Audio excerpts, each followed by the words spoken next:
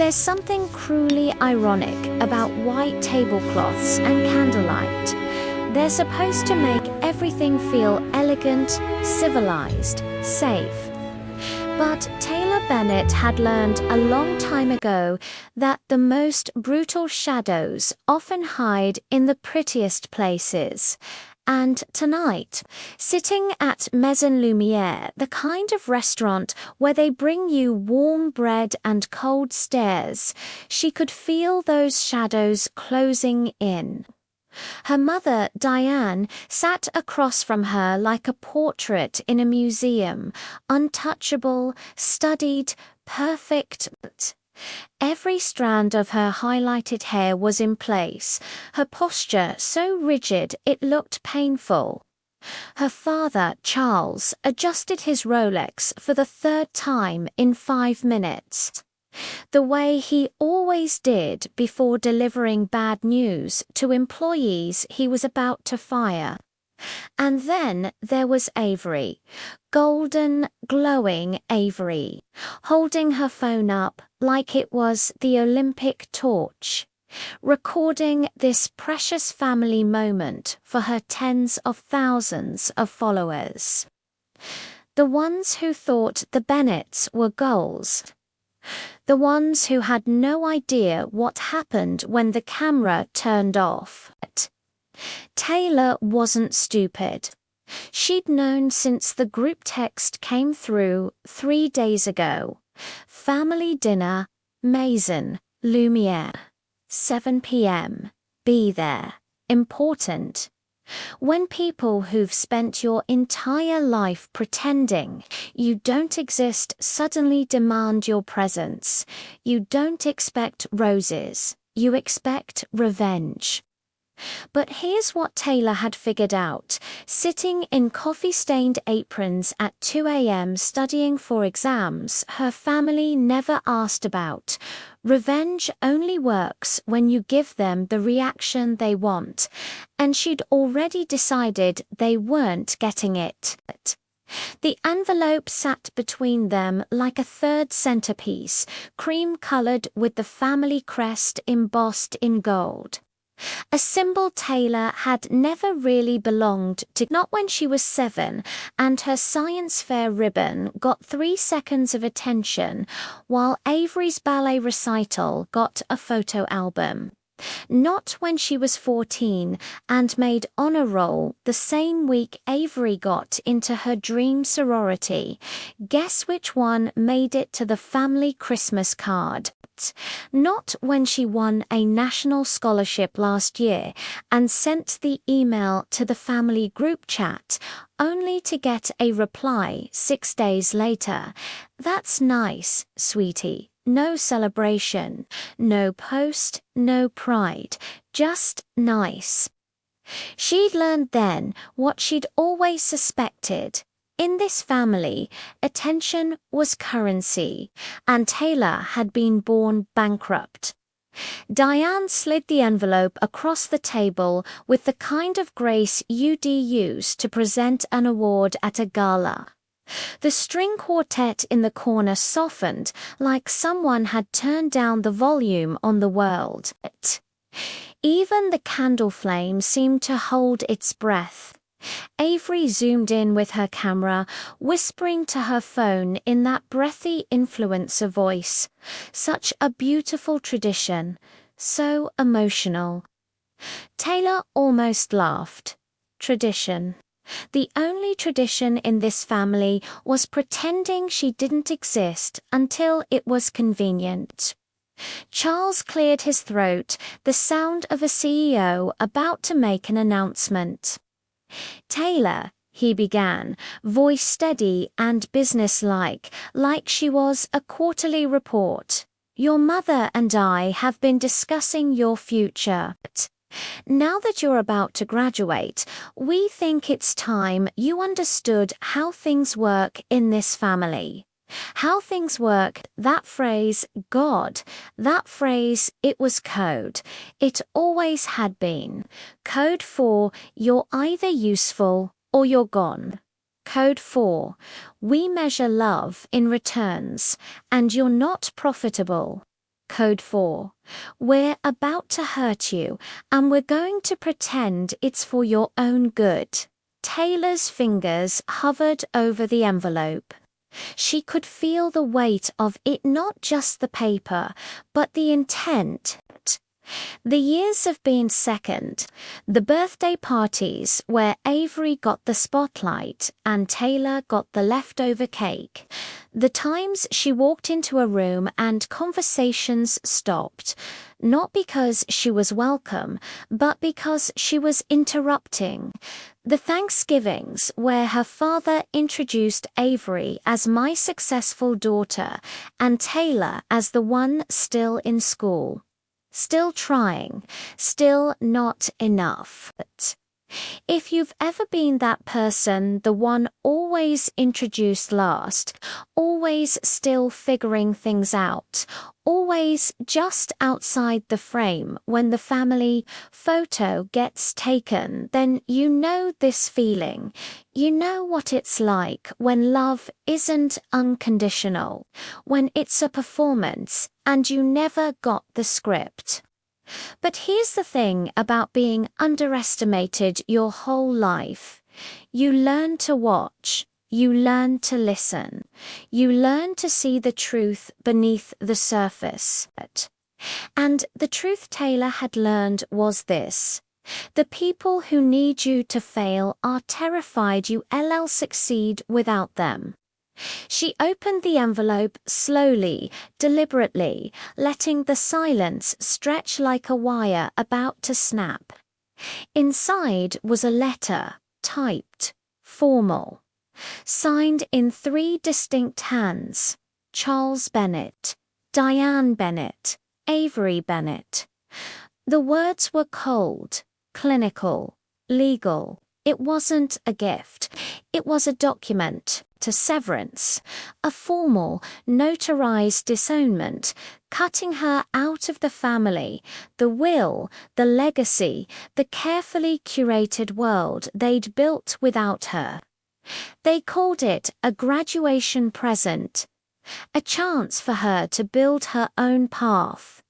She called it what it was: revenge for the crime of not being Avery, for not playing their game, for existing on her own terms. Her mother's voice cut through the silence, sweet as poison. "We thought you'd appreciate the clarity, darling. You've always been so independent." Avery's camera was still rolling, catching every flicker of Taylor's expression, waiting for the collapse. Waiting for tears, waiting for her to beg.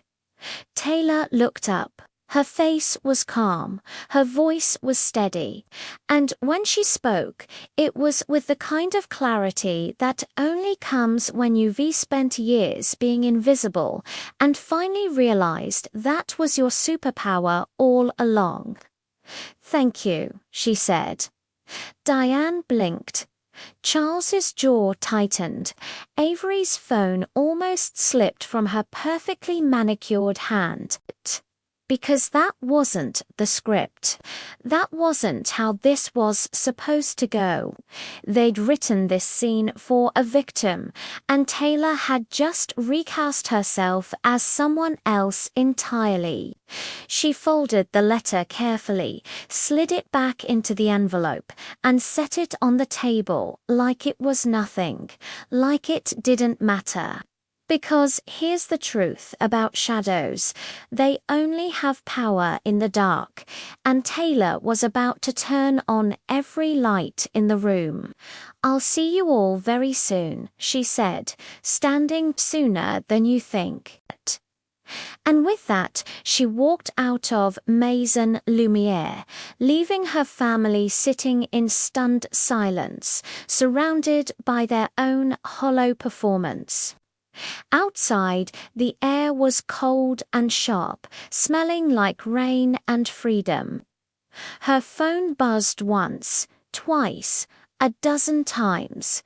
Messages, notifications, a future they knew nothing about. The next chapter, it was going to shatter everything they thought they knew. And if this story hits different because you've been the underestimated one, the invisible one, the one they never saw coming, drop a comment below. I want to hear your story too. Hear what nobody tells you about growing up in a house where love is conditional. You Dan T realize it's happening until you already broken. Taylor didn't have a moment of revelation, some dramatic scene where she suddenly understood her family was toxic. It was quieter than that, more insidious. It was 1,000 small moments stacked on top of each other like bricks. Until one day she looked up and realized she'd been living inside a prison her whole life. When Taylor was 7 years old, she won her school's science fair. She'd spent 3 weeks building a miniature water filtration system out of PVC pipes, sand, and activated charcoal. She was so proud she could barely sleep the night before the announcement. When they called her name for first place, she looked into the audience for her parents. Her mother was checking her phone. Her father wasn't there at all. He'd had a meeting. But when Avery, then 12, got a solo in her ballet recital that same month, Charles cleared his entire calendar. Diane sent invitations to everyone they knew. There was a photographer, a dinner party afterward, a post on the family blog titled, "Our Star is Rising." Taylor's blue ribbon ended up in a drawer. Avery's recital photo ended up framed in the hallway. That's when Taylor learned the first rule of the Bennett household. Accomplishments only mattered if they could be displayed, and for some reason, hers never made the cut. The truth is, some families don't measure love in hugs or time spent together. They measure it in return on investment. And in the Bennett house, love was currency, distributed according to perceived value. Charles ran his family the way he ran his hedge fund. Everyone had a performance metric, and if you weren't delivering, you got downgraded. Diane operated on social capital. What made the family look good? What boosted their image? What could be turned into content for her carefully curated life? Avery was the star portfolio. Beautiful, charming, socially successful, always delivering ROI. Taylor was the speculative investment that never quite paid off. Not pretty enough for Diane's Instagram. Not business-minded enough for Charles's dinner table conversations. Not charismatic enough to fit the family brand. When Taylor was 14, she made honor roll for the 3rd semester in a row. She came home excited, clutching the certificate, ready to show her parents. She found them in the living room, champagne already open, celebrating. For a second, her heart leapt. Maybe they already knew. Maybe the school Caldental. She saw the banner. Congratulations, Avery. Kappa Delta, her sister had gotten into her top sorority choice. The certificate in Taylor's hand suddenly felt like tissue paper. "Oh, Taylor, that's great too, sweetie," Diane said without looking up from her phone, where she was already drafting the announcement post. "Put it on the fridge." Taylor looked at the fridge. It was covered in Avery's achievements, recital programs, sorority letters, photos with friends. There was no room for a certificate. There never had been. If you've ever walked into a room full of celebration and realized it was never meant for you, you know what that does to a person. You know how it teaches you to make yourself smaller, quieter, less. You learn that your wins are interruptions. The pattern continued. When Taylor was 16, she taught herself to code and built her first APO simple budgeting tool for students. She was so excited she made the mistake of mentioning it at a family dinner. Charles barely glanced up from his steak. "That's nice," he said. "When you make actual money from it, we'll talk." Diane chimed in. "Just make sure it doesn't interfere with your appearance, darling. You spend too much time on screens as it is." Meanwhile, Avery had posted a photo earlier, that wicker selfie with the caption "Coffee and Dreams," and their mother had commented 17 times, shared it to her story, and printed it for the family album. That's when Taylor understood the second rule. Effort didn't matter. Output didn't matter. What mattered was how well you played the role they'd assigned you. And Taylor had been cast as the supporting character in someone else's story. Every Thanksgiving was the same. Charles would go around the table introducing people to whoever he'd invited from work. "This is my daughter Avery. She's in marketing at a startup. Absolutely brilliant." Then he'd gesture vaguely toward Taylor. "And this is Taylor. She's still in school, still figuring things out. Still, always still. As if being a student was a character flaw, as if learning was a phase she needed to outgrow." The guests would nod politely and turn back to Avery, asking about her work, her apartment, her life. Taylor would sit there, pushing mashed potatoes around her plate, wondering what she'd have to do to earn a better introduction and Nobel Prize, a billion-dollar IPO, or maybe just be born different. The worst part wasn't the neglect. It was the shadows, the unspoken comparisons, the invisible scoreboard that Taylor was always losing. Every birthday, every holiday, every family gathering was a performance review, and she was always marked underperforming. When she got her driver's license, Diane's response was, "Finally." Avery had hers at 16. When she got accepted to college, Charles said, "Good. Now let's see if you can finish." When she made the dean's list, her mother's reply came 3 days late. "That's nice, sweetie." But when Avery posted a gym selfie, Diane would comment within minutes, "So proud of you. Love in the Bennett house wasn't unconditional. It was transactional." And Taylor had been operating at a loss her entire life. By the time she turned 22, Taylor had learned to stop looking for validation from them. She'd learned that some people will never see you, no matter how bright you shine. She'd learned that the truth about family is this: biology doesn't guarantee loyalty, and the people who share your blood aren't always the ones who have your back.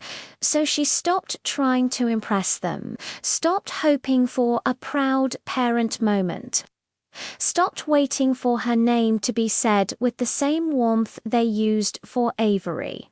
Instead, she started building something they couldn't measure in likes or dinner party anecdotes. something real, something hers.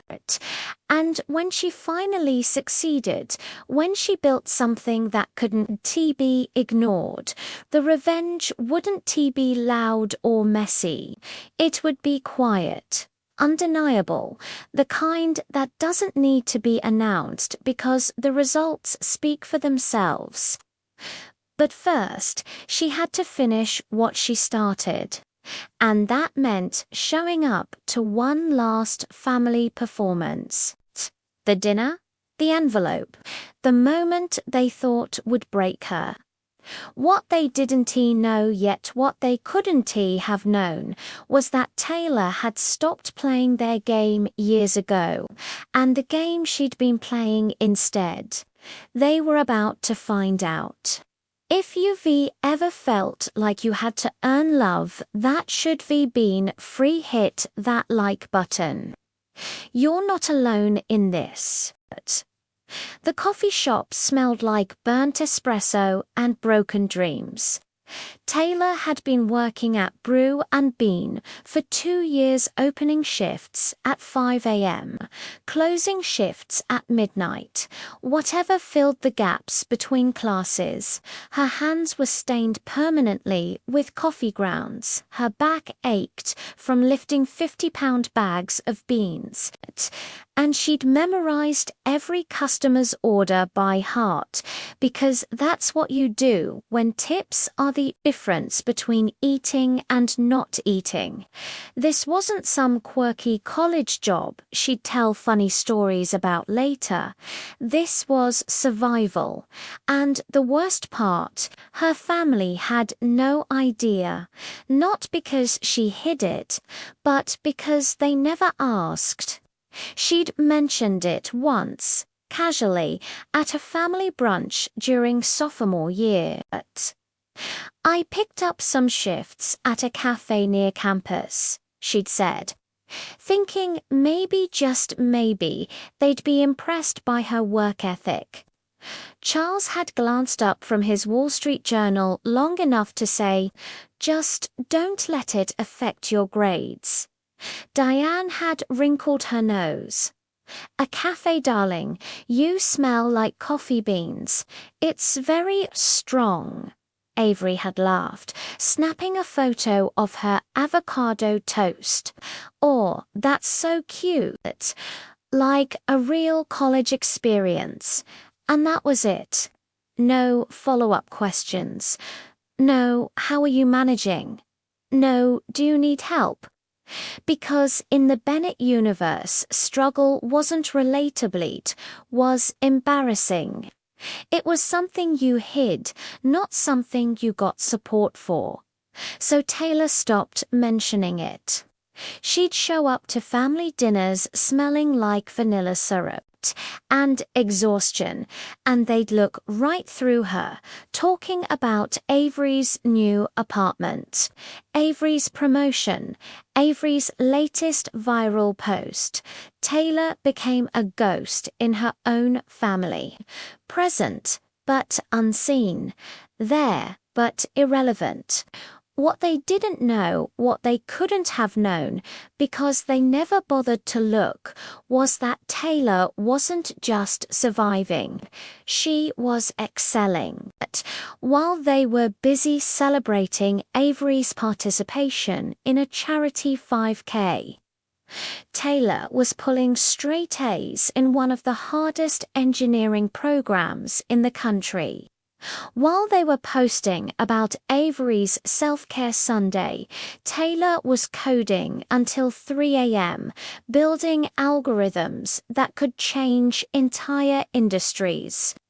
While they measured success in Instagram likes, Taylor was measuring it in something that actually mattered: truth. The truth of her work, the truth of her capability, the truth that she didn't need their validation to be extraordinary. And then came the email, the one that changed everything. Taylor was between shifts, sitting in the campus library with her laptop dying at 8% battery. When the notification popped up, "Congratulations from the National Merit Scholarship Foundation," her heart stopped. She clicked. Read. Reread. She'd won a full-ride national scholarship, one of 50 students in the entire country selected for academic excellence, innovation, and potential to impact society. 50 out of hundreds of thousands of applicants. The scholarship covered tuition, housing, books, even a stipend for research. It meant she could quit the coffee shop. It meant she could breathe. It meant that everything she'd sacrificed, every missed party, every all-nighter, every moment of invisibility had been worth it. She sat there in the library, staring at the screen, and for the first time in years, she let herself cry. Not sad tears, relieved tears, vindicated tears, tears that said, "I did it. I did it without them. I did it anyway." And then, in a moment of hope she'd later regret, she forwarded the email to the family group chat. Subject line: "Some good news." Message: "I won a national scholarship. One of 50 in the country. Thought you'd want to know." She hit send and waited. Waited for the congratulations. Waited for the pride. Waited for anyone to acknowledge that she'd just accomplished something extraordinary. 5 hours later, her mother responded, "That's nice, honey. That's it. 3 words. No exclamation point, no follow-up. No questions, just nice. Like she'd told them she'd tried a new flavor of yogurt. Her father didn't respond at all, and Avery sent a thumbs-up emoji, one emoji, for a national scholarship. Meanwhile, that same week, Avery had posted a photo of herself at a new brunch spot with the caption, "Sunday Vibes." And their mother had commented, "So proud of you, my beautiful girl." 23 comments, 4 shares. A repost on the family blog with the headline, "Our Avery, living her best life, Taylor's national scholarship." Silence. Absolute, deafening silence. That's when it hit her. Like a slap she'd been expecting her whole life, but still wasn't ready for. Attention wasn't just currency in this family, it was the only currency, and she'd been working for free her entire life. Every achievement she'd ever earned, every sacrifice she'd ever made, every moment she'd hoped they'd notice it was all unpaid labor. She'd been performing for an audience that wasn't even watching, and the truth she'd been avoiding suddenly became impossible to ignore. They would never be proud of her. Not because she wasn't accomplished, but because her accomplishments didn't serve them. They couldn't post her scholarship on Instagram. It was too academic, too nerdy, not aesthetic enough. They couldn't brag about her at dinner parties. Who wants to talk about algorithms when you can talk about Avery's amazing new loft? Taylor's success existed in the shadows, invisible and irrelevant, because it didn't fit the family narrative. She closed her laptop, wiped her eyes, and made a decision right there in that library, surrounded by the hum of fluorescent lights and the rustle of turning pages. She was done hoping, done waiting, done performing for people who would never clap. From that moment on, every win would be hers. every achievement would be for her, and one day soon, they would see what they'd overlooked. Not because she'd beg for their attention, but because her success would be so loud, so undeniable, so public, that ignoring it would be impossible. And when that day came, when they finally saw her, it wouldn't feel like revenge. It would feel like justice. She reopened her laptop. Didn't delete the family group chat, but muted it. Because some conversations aren't worth having. Some people will never see you until you re-standing in a spotlight they can ignore. And Taylor, she was about to build that spotlight herself. If this chapter hits you because you've been the one doing incredible things in silence, share this video. Someone in your life needs to see it. The text came through on a Tuesday afternoon while Taylor was in the middle of debugging code that had been driving her insane for 3 days straight. Her phone buzzed on the desk family group chat. She almost ignored it. Almost, but something made her look. Maybe curiosity. Maybe that small, stupid part of her that still hoped they'd surprise her. The message was from Diane, formatted like a wedding invitation, because of course it was. Family dinner this Saturday, 7 p.m., Maison Lumiere, celebrating Taylor's upcoming graduation. Dress code, semi-no, please confirm attendance. Taylor stared at the screen. A dinner for her graduation. They were throwing her a dinner. After years of silence, after the scholarship they barely acknowledged, after countless achievements that went uncelebrated, they were finally doing something for her. She felt something crack open in her chest, something she thought she'd buried. Hope. That dangerous, stupid thing that makes you believe people can change. That makes you think maybe, just maybe, they finally see you. She typed back immediately, "I'll be there. Thank you." Diane hearted the message. Charles sent a thumbs up. Avery replied with 3 party emojis. It felt normal, almost warm, almost like a real family. And that should have been her first warning. 2 days later, Taylor was scrolling through her phone during a study break when she saw it. Avery had posted a story on Instagram, a screenshot of an email confirmation from Maison Lumiere. The caption read, "Planning something special. #family time, #Bennett clan." Taylor wouldn't have thought twice about it, except her eyes caught something in the screenshot. The reservation details. She zoomed in, heart suddenly pounding.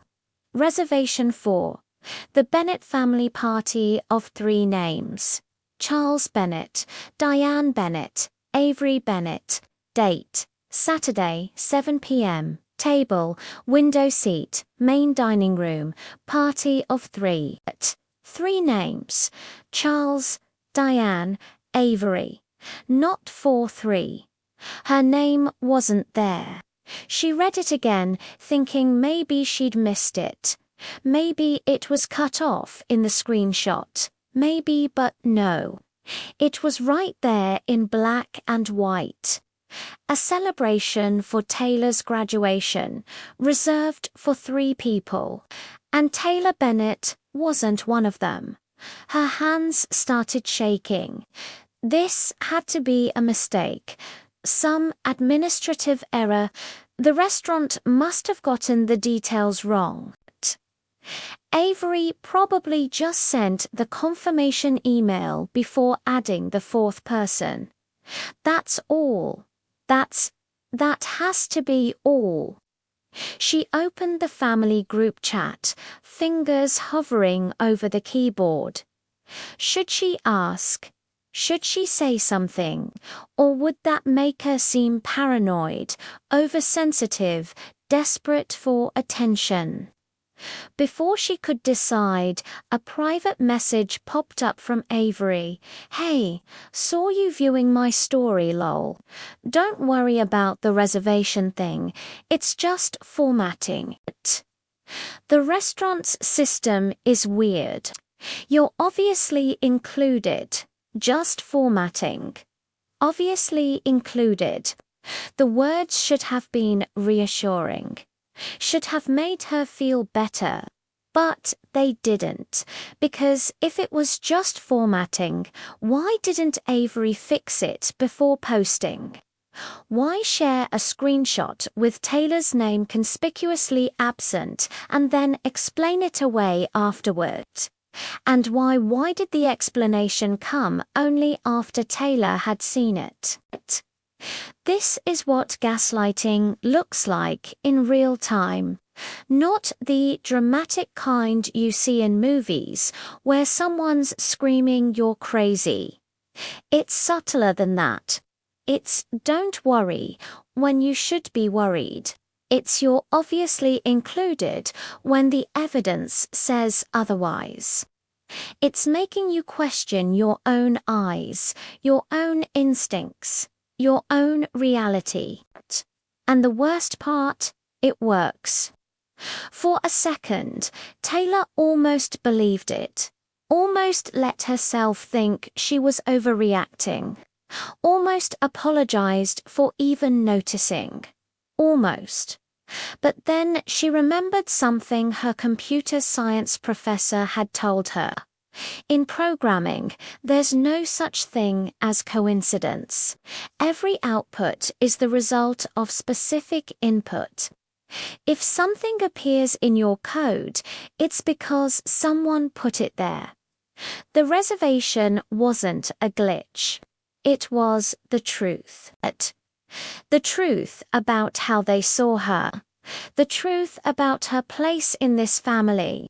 The truth she'd been avoiding for 22 years. To them, she was optional, an afterthought, a variable they could delete without affecting the program. She pulled up the restaurant's website and called directly. "Hi, yes, I'm calling about a reservation for Saturday at 7 p.m. under Bennett." The hostess's cheerful voice came through. "Yes, party of 3, window table, celebrating a graduation.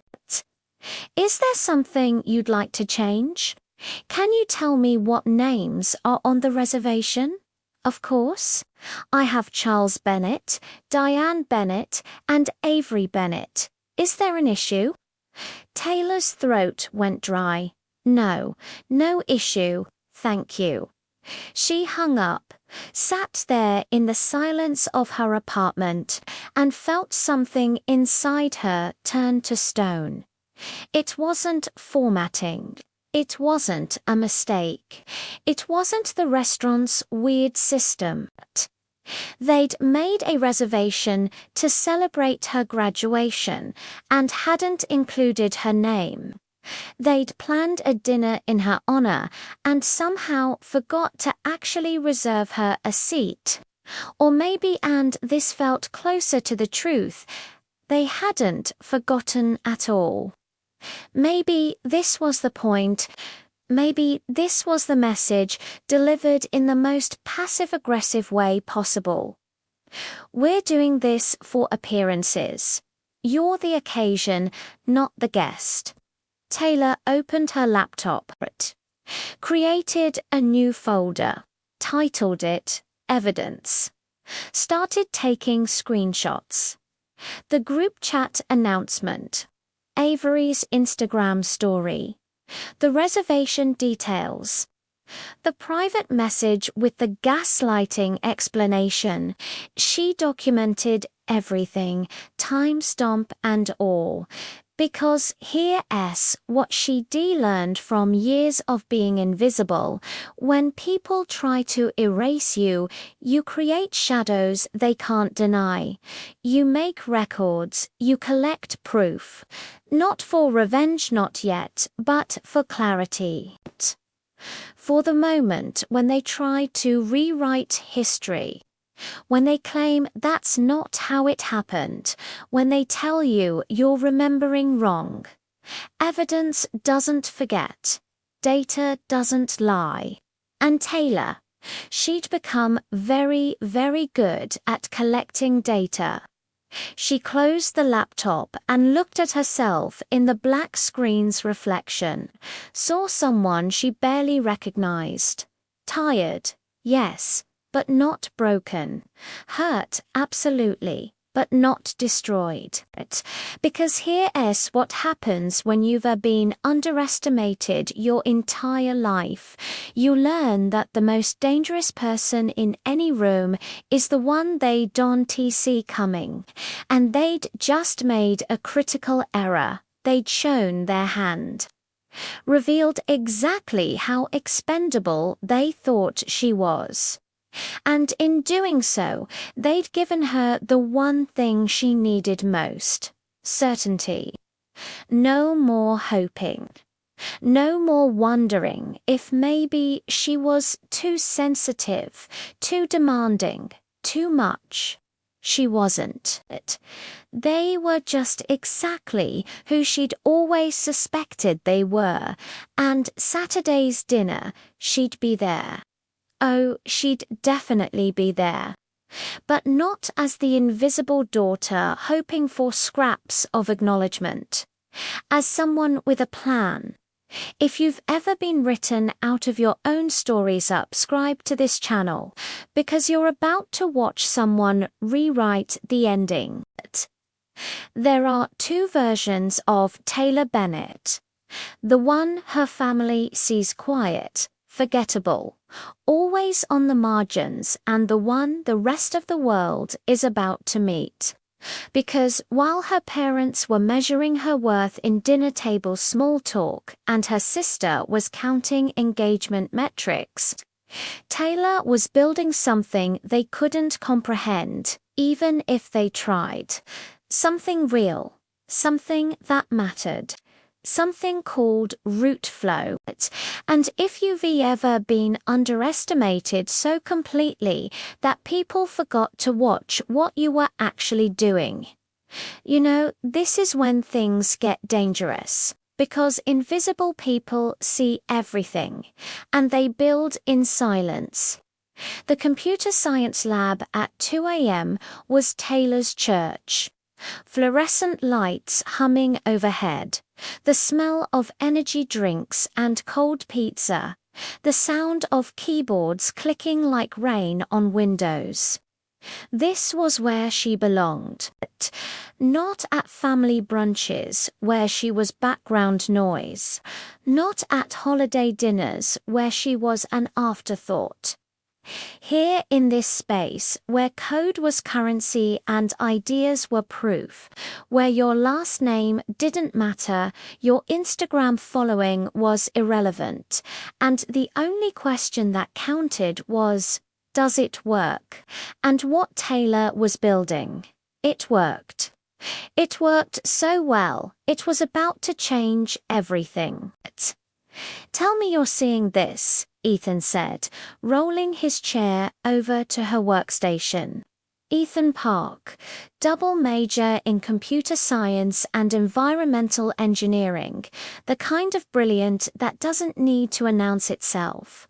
He'd been Taylor's project partner since junior year, the first person in her life who'd looked at her ideas and said yes, and instead of, but why, the first person who saw her, not her family name, not her lack of social media presence. Maya Rodriguez appeared on Taylor's other side, coffee in one hand, tablet in the other, eyes scanning the code on Taylor's screen like she was reading poetry. Maya, mathematics prodigy, algorithm wizard, the person who could spot a pattern in chaos before anyone else even knew there was chaos. These two, Ethan and Maya, were the closest thing Taylor had to family, the kind that actually showed up. The kind that didn't need reservations to remember your name. "Run it again," Taylor said, her voice steady even though her heart was pounding. On screen, lines of code transformed into data visualization, a map of delivery routes across the northeastern United States. Red lines showing current paths, green lines showing optimized alternatives. Routeflow wasn't just another logistics app. It was a revolution, an AI-powered system that analyzed traffic patterns, fuel consumption, delivery schedules, and weather data in real time. Then rebuilt routes from the ground up, hence the name Routeflow, because they were rethinking everything from the routes and the numbers. The numbers were about to prove something her family never could, that truth doesn't care about status. Truth is data. Truth is results. Truth is undeniable. Ethan hit enter. The simulation ran 30 seconds that felt like 30 years. And then the results populated across 3 monitors. 12.3% reduction in fuel costs. 11.8% decrease in delivery time. 9.7% cut in carbon emissions. 14.2% increase in on-time delivery rates. Taylor stared at the numbers, blinked. Read them again. Because these weren't just statistics. This was proof. Proof that she'd built something that could save companies millions of dollars. Proof that her work, her real work, not her Instagram aesthetic or her dinner party charm, had measurable, undeniable impact. Proof that while her family was busy celebrating Avery's Sunday vibes, Taylor was solving actual problems that affected actual people. "Holy shit," Maya whispered. "Taylor, do you understand what this means?" Taylor did. She understood perfectly.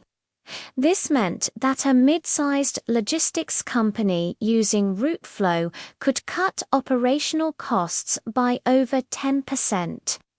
This meant thousands of delivery drivers spending less time in traffic and more time with their families. This meant fewer emissions, cleaner air, a tangible environmental impact. This meant she'd taken 3 years of late nights, missed social events, and relentless focus and turned it into something that mattered. Not in the shallow, performative way her family defined mattering. In the real way, the way that changes systems, the way that creates truth where before there were only shadows and guesswork. Ethan was already pulling up market analysis. Companies like Northbridge Logistics, Transcore, even Amazon's smaller competitors, they'd pay serious money for this. We're talking multi-million-dollar acquisition potential. Maya nodded, fingers flying across her tablet. "We need to present this. The National Engineering Symposium is in 3 weeks. If we can get a slot, we'll get a slot," Taylor said, and for the first time in years, she felt something she'd almost forgotten. Certainty. Not hope. Not wishful thinking. Certainty. The kind that comes from having evidence. The kind that doesn't need validation because the data speaks for itself.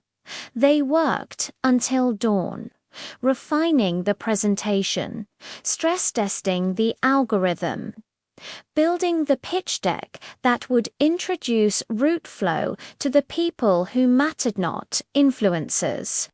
Not social climbers, but CEOs and engineers and investors who understood that real innovation doesn't pose for cameras, it performs. As the sun started creeping through the lab windows, Taylor leaned back in her chair, exhausted but electric.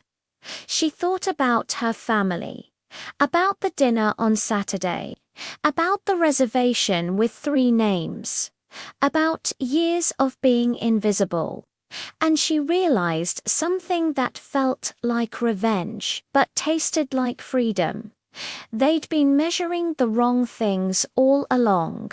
While they counted likes and tracked appearances, she'd been building substance. While they performed for audiences that would forget them tomorrow, she'd been creating solutions that would outlast all of them. While they treated her like a variable they could delete, she'd been writing code they couldn't begin to understand. And soon, very soon, the world would see what they'd overlooked. Not because she needed their approval anymore, but because excellence doesn't stay hidden forever. It breaks through. It demands attention. It rewrites the rules. Rootflow was her proof of concept, not just for the algorithm, for herself. Proof that you don't need to be seen to be powerful. You just need to be undeniable. And Taylor Bennett, she was about to become impossible to ignore. "You good?" Ethan asked, noticing her expression. Taylor looked at her friends, her real family, and smiled. "Yeah," she said, "I'm perfect." And she meant it. Because while her biological family was planning a celebration without her name on it, she was building a legacy they'd never erase. The symposium was in 3 weeks. The dinner was in 4 days. And the best part, they had no idea what was coming. None of them did. If you've ever built something real while everyone was distracted by the fake drop, a comment and tell me what you created. Because your story matters too. The National Engineering Symposium wasn't held in some college auditorium with folding chairs and bad acoustics.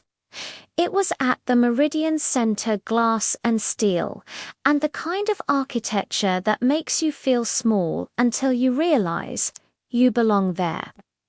Taylor stood backstage, watching through the gap in the curtains as the auditorium filled with people who actually mattered. Not influencers, not dinner party guests, engineers, CEOs, venture capitalists, but investors who measured success in patents and profit margins, not Instagram stories. This was her world. The world her family didn't know existed. The world where she wasn't invisible. She wasn't nervous. Nervous implied doubt. What she felt was focused, electric, ready.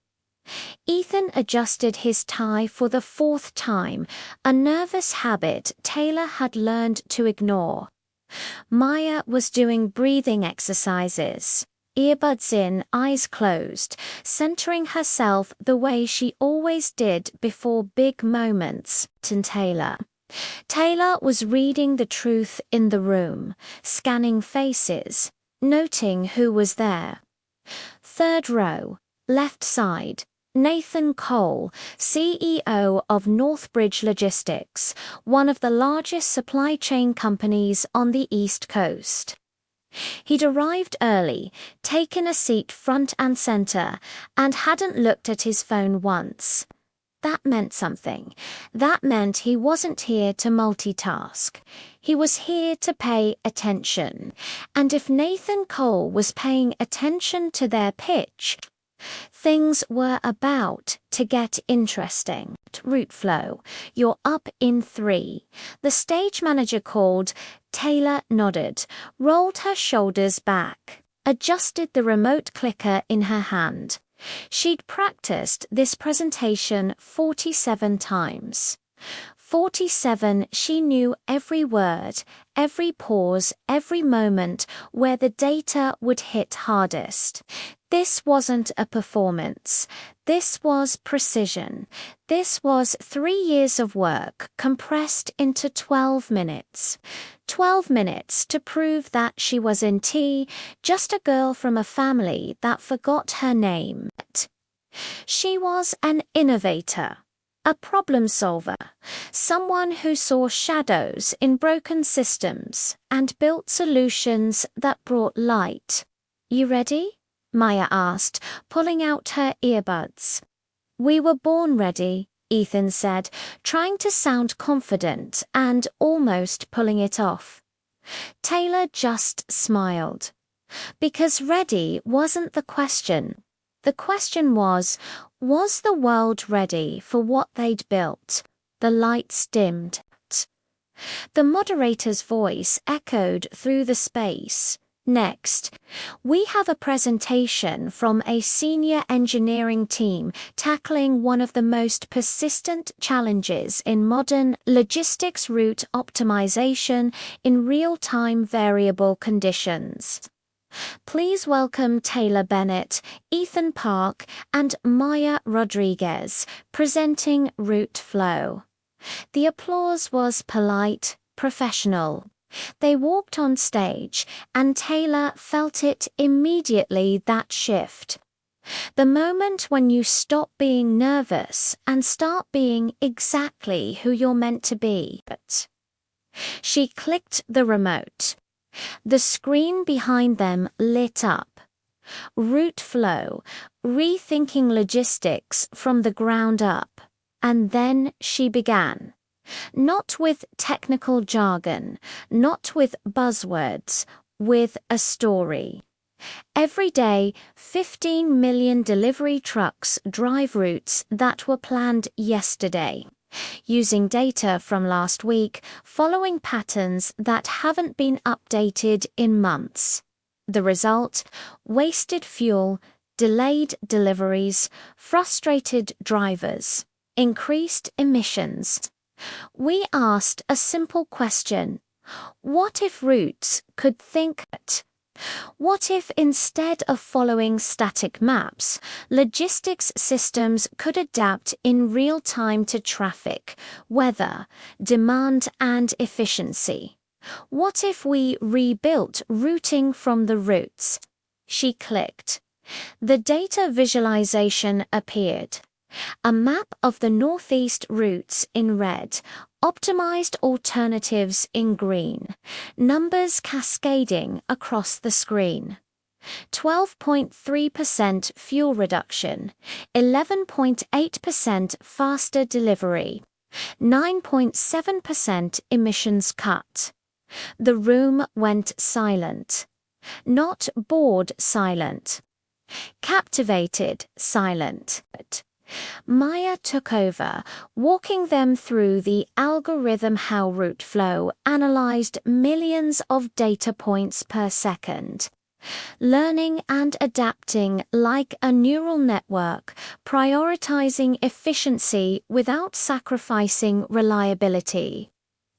Ethan explained the real-world applications, the scalability, the fact that this wasn't theoretical, it was functional. Tested, ready to deploy. And then Taylor brought it home. This isn't just about saving money, though Route Flow can save a mid-sized logistics company over 10% in operational costs annually.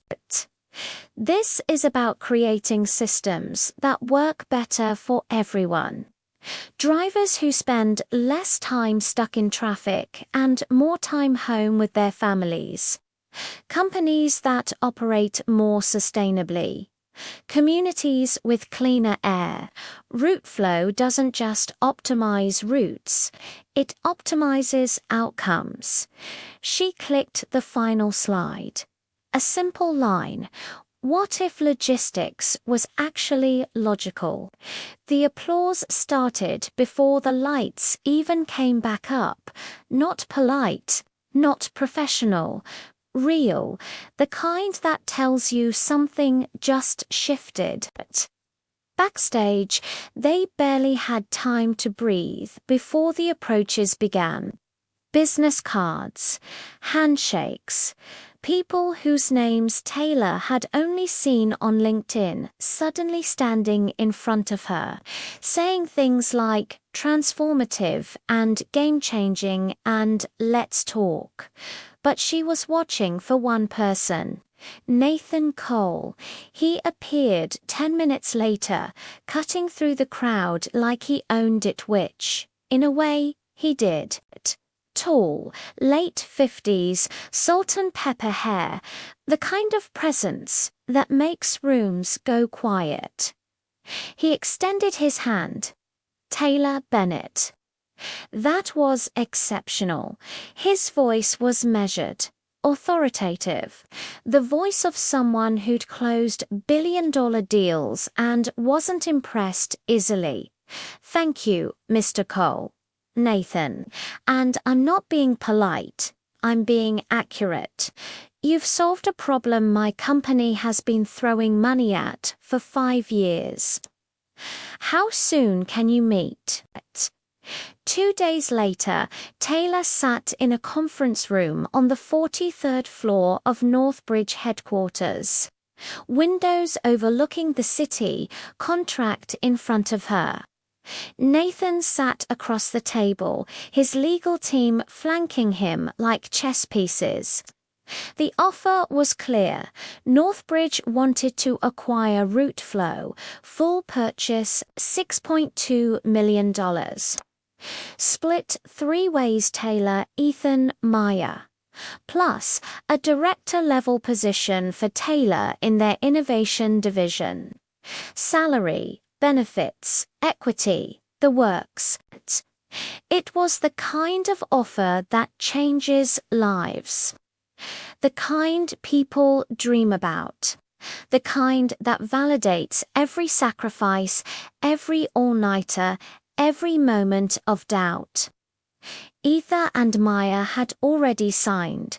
They were waiting for her. Nathan leaned forward. I want you to know, this isn't charity. This isn't us doing you a favor. You built something we need. Something fair. Something that actually works. The market's full of shadow smoke and mirrors, promises that don't deliver. Route Flow delivers. That's worth every cent of this offer. Taylor read the contract. Every clause, every subsection, every detail, not because she didn't trust them, but because trust without verification isn't trust, it's naivety. And she de-learned a long time ago that the only person you can rely on completely is yourself. The terms were fair, more than fair, generous even. She picked up the pen. Paused, because this wasn't just a signature. This was proof. Proof that excellence doesn't need to be loud. Proof that substance beats performance. Proof that while her family was planning dinners and taking Instagram photos, she was building something real. Something undeniable. Something worth $6.2 million. This wasn't revenge. Revenge is emotional, reactive, messy. This was balance. The scales evening out after 22 years of being underweighed. She signed. Nathan smiled, stood, shook her hand. "Welcome to Northbridge, Director Bennett." Director Bennett, not the one still in school. Not still figuring things out. Director, she walked out of that building with a signed contract in her bag and a future her family couldn't belittle. The dinner was tomorrow night, and she had one more document to bring with her. If this chapter gave you chills, hit that like button. Justice is coming, and it's going to be undeniable. Rain doesn't care about your plans. It falls anyway, indifferent and relentless. The way truth falls, whether you're ready for it or not. Taylor sat at her kitchen table, not really a kitchen table, more like a repurposed desk in a studio apartment that cost half her coffee shop earnings, listening to the storm beat against the windows. It was Friday night. The dinner was tomorrow, and she had work to do. Not the kind of work her family would understand. Not social media posts or outfit planning or rehearsing the perfect response to shallow questions. Real work, the kind that builds cases. The kind that documents truth so thoroughly that denial becomes impossible. Her laptop glowed in the dim light, casting blue shadows across her face.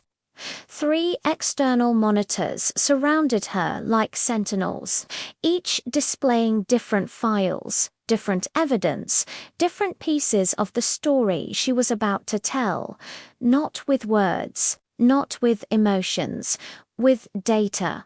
Because data doesn't lie. Data doesn't forget. Data doesn't gaslighting you into thinking you remembered wrong. And Taylor had been collecting data for years without even realizing it. Every ignored email, every late response, every moment of exclusion, archived and time-stamped.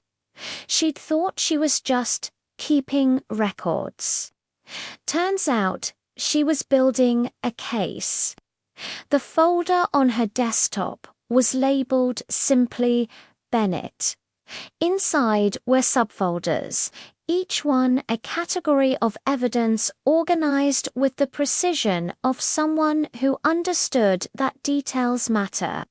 Family communications contained every text message, every email, every group chat interaction from the past 5 years. She'd exported them all, backed them up in 3 separate cloud services. Because if there's one thing computer science teaches you, it's this: redundancy saves lives. Or, in this case, saves truth. She opened the first file, her scholarship announcement email from last year. Sent May 14th, 10:47 a.m. Subject: some good news. Read receipts showed her mother opened it at 11:02 a.m. Her father at 3:45 p.m. Avery at 11:15 a.m. First response: 6:38 p.m. 5 hours after her mother read it. That's nice, honey. 3 words, 5 hours. National scholarship. One of 50 in the country. She opened another file. Screenshot from that same week, Avery's Instagram post about finding a new brunch spot. Posted May 15th, 9:23 a.m. Their mother's comment, time-stamped 9:26 a.m. So proud of you, my beautiful girl. 3 minutes. 23 total comments from their mother across the thread. 23 comments about avocado toast. 3 words about a national scholarship. The math didn't lie. The shadows their family lived in, the unspoken hierarchies, the invisible scorecards. They were visible when you looked at the data. Everything was visible if you knew how to look, and Taylor had learned to look very, very carefully. Next folder, financial records. This one hurt more than she expected. Every tuition payment she'd made herself, documented. Every shift schedule from Brew and Bean for the past 2 years, saved bank statements showing exactly how many hours she'd worked, how much she'd earned, how little margin for error she'd had. Her parents had paid for Avery's entire college experience, rent, car, even a monthly life stipend. Taylor had asked once, freshman year, if they could help with books. Her father's response, saved in an email: "We believe in teaching financial responsibility. You'll appreciate your education more if you earn it." Avery had graduated with 0 debt and a new car. Taylor was graduating with $47 in her checking account and hands that smelled permanently like espresso. Financial responsibility, right? She created a new document. Title: Timeline of Exclusion. Started listing incidents chronologically, each one hyperlinked to supporting evidence. Age 7. Science fair, blue ribbon, no family celebration. Evidence. Photos show the ribbon in a drawer, dated 3 weeks after the fair. Avery's recital program from the same month, framed in the hallway. Age 14. Honor roll, 3rd consecutive semester. Evidence. Certificate dated November 2017. Never posted, never mentioned. Avery's sorority acceptance, posted to family blog December 2017 with 47 photos. Age 19. Dean's list, 1st semester junior year. Evidence: official letter from university, forwarded to family email, no response for 6 days. Avery's gym selfie from same week, 31 comments from mother. The list went on, and on, and on.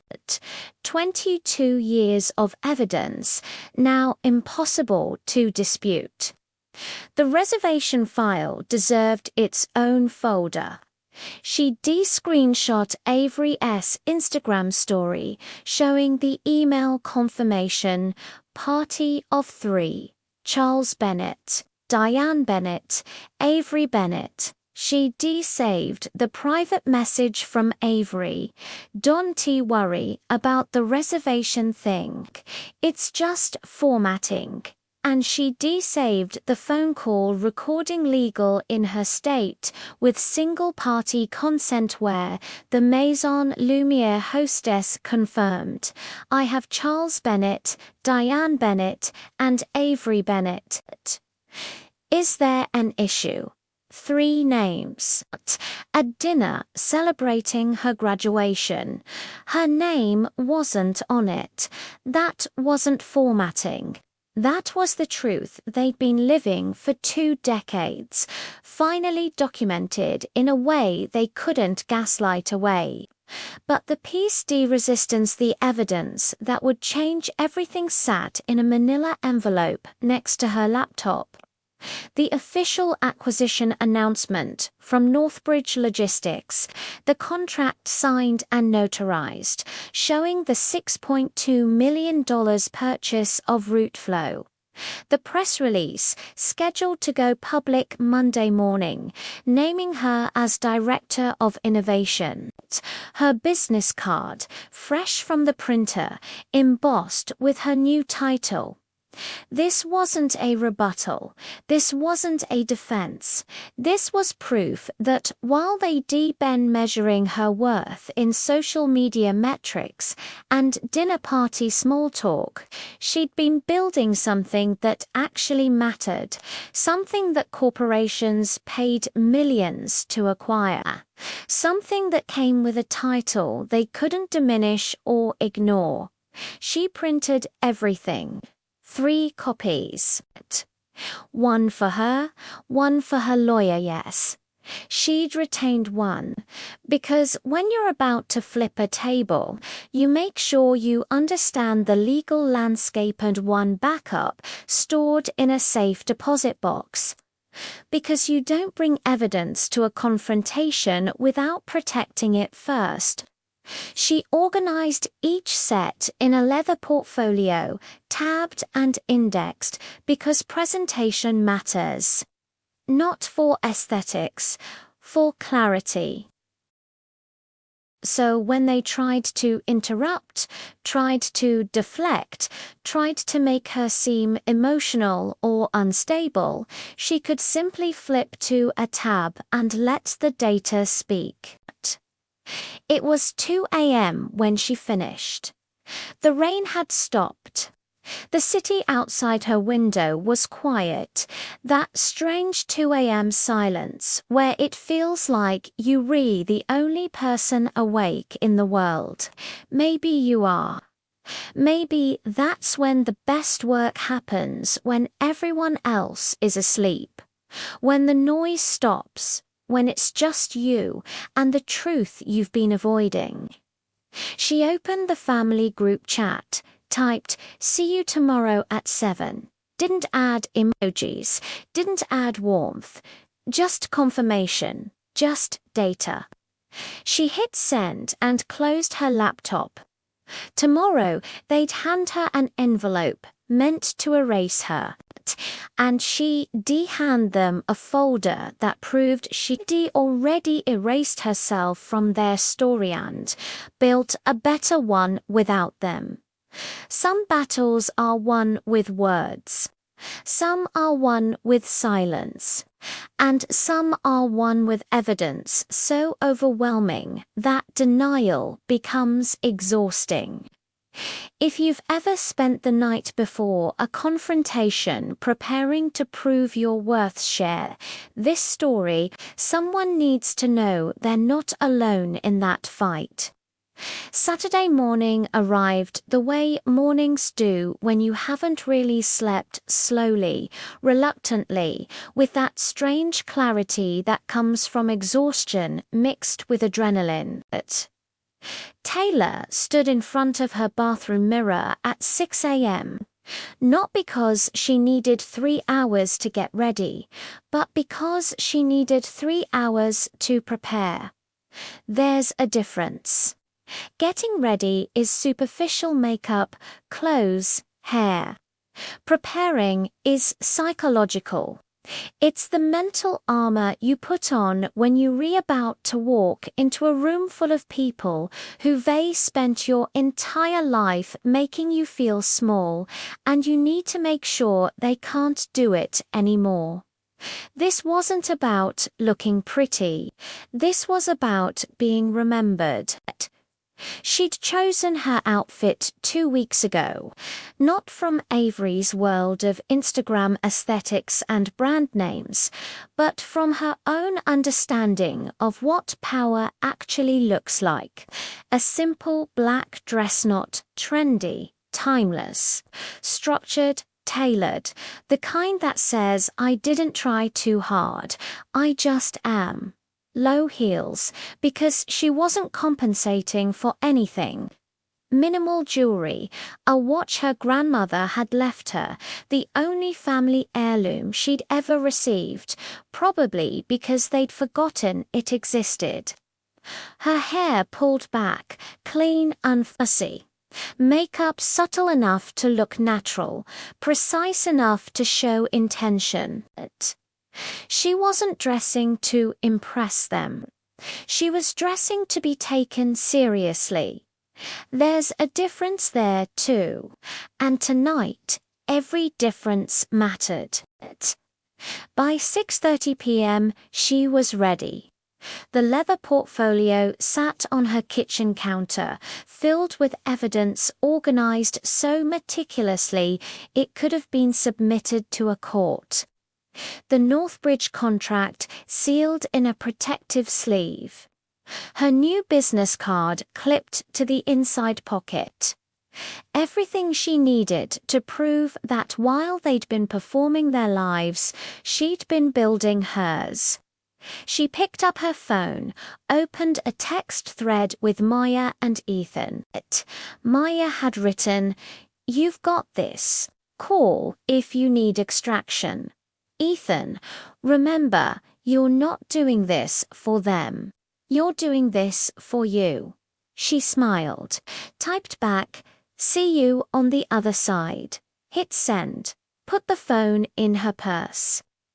Some battles you fight alone, not because you have to, but because you need to prove to yourself that you can. The drive to Mazan-Lumiere took 17 minutes. 17 minutes of silence, except for the sound of rain starting again, soft this time, more like a whisper than the storm from last night. She didn't turn on music, didn't need distraction. Just drove, focused, running through the evening in her mind like code she was about to execute. They'd be there already. They always arrived early to settle in, which really meant secure the best table and make sure they were photographed in the right light. Avery would have her phone ready. Diane would be checking her reflection in every reflective surface. Charles would be reviewing the wine list like it was a stock portfolio, and they'd all be waiting for her to show up grateful, diminished, ready to accept whatever scraps of acknowledgement they decided to toss her way. They were going to be disappointed. She pulled into the parking lot at 6:54 p.m., 6 minutes early. Not late enough to seem disrespectful, not early enough to seem eager. Timing was data too. She sat in the car for those 6 minutes, watching the rain make patterns on the windshield, feeling her heartbeat steady and strong. No nerves, no doubt, just that cold. Clear certainty that comes when you VA prepared for every possible outcome, and you know that the truth you recarrying is louder than any lie they can tell. She checked her reflection one last time in the rearview mirror. The woman looking back at her wasn't the girl they remembered, wasn't the one they could dismiss. This was someone else entirely. Someone they'd created by accident, by neglect, by years of making her invisible. They'd taught her to survive in shadows. Now she was about to show them what grows there. At exactly 7 p.m., she walked through the doors of Mazan-Lumiere. The restaurant was everything she expected. Soft lighting that made everything look like a painting. White tablecloths so crisp they could cut. The quiet murmur of wealth and privilege wrapped in the smell of truffle oil and aged wine.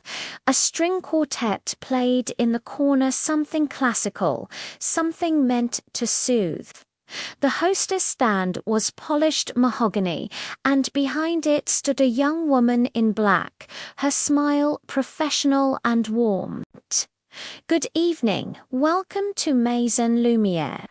Do you have a reservation?" Taylor met her eyes. Steady, calm, yes. Bennett party. "They're expecting me."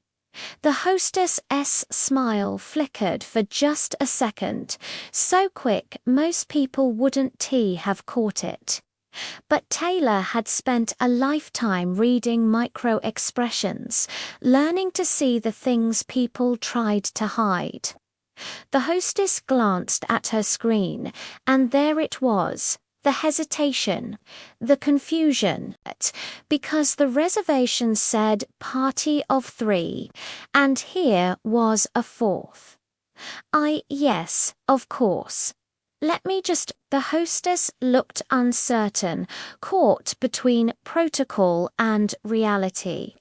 This was the moment Taylor could have been kind, could have said, "It's fine, I know my name isn't on there," could have made it easier, but she didn't, because making things easier for people who made everything hard for you, I send T, grace it S enabling it.